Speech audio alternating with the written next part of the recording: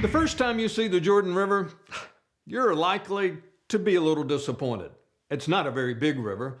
And part of that reason these days is that most of the water is used for irrigating crops or providing water for people who live near the river. So the river is smaller today than it's ever been before.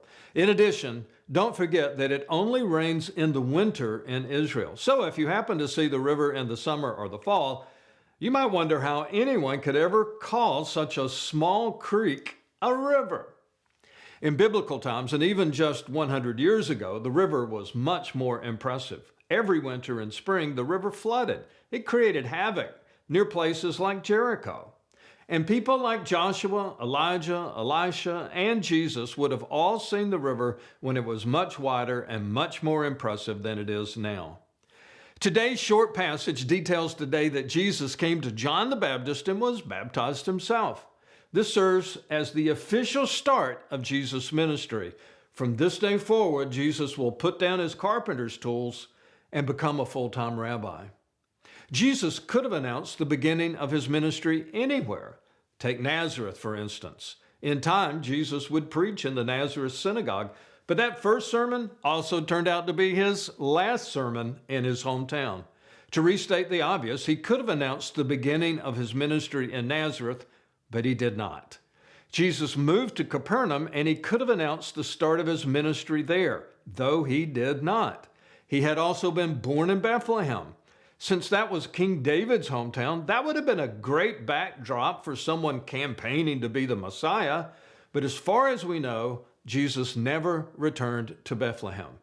And of course, he was often in Jerusalem, a city that would soon know the name of Jesus extremely well. Why not make an announcement there in Jerusalem? That was the most important city in Judea. Why go to John at the Jordan River to get things started?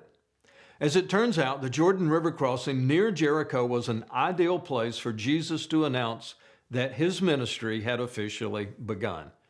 The people around Jesus were extremely familiar with all of the Bible stories, and they already connected this location with two key moments in biblical history. First, Joshua had brought the people of Israel to the Jordan River, and he led them into the promised land. Moses was dead, and Joshua was the new leader.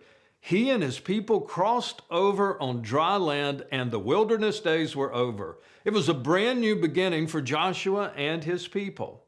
The second Bible story, this is where Elijah and Elisha crossed the river a few centuries later, also on dry ground.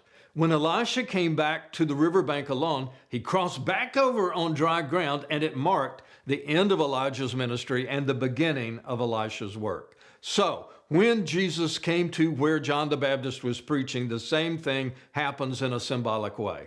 Jesus is beginning his ministry. John had been a very popular preacher, but from this point on, he slips into the shadows.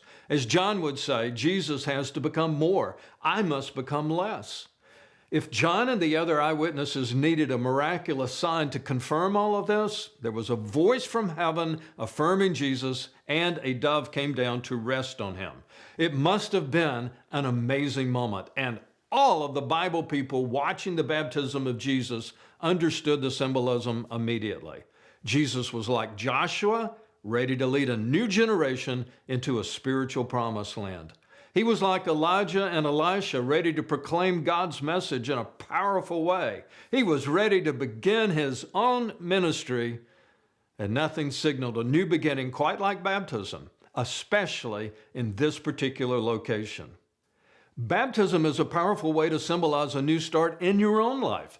That's why Jesus asked his followers to be baptized when they make a commitment to follow him. I hope this is something you've already done. And I hope the experience was as life-changing and as exhilarating as my own baptism was for me. If you've not been baptized, I hope you'll talk to someone about the possibility. If you've been looking for a new start in your life, well, take an example from Jesus. Baptism is a great way to kick things off.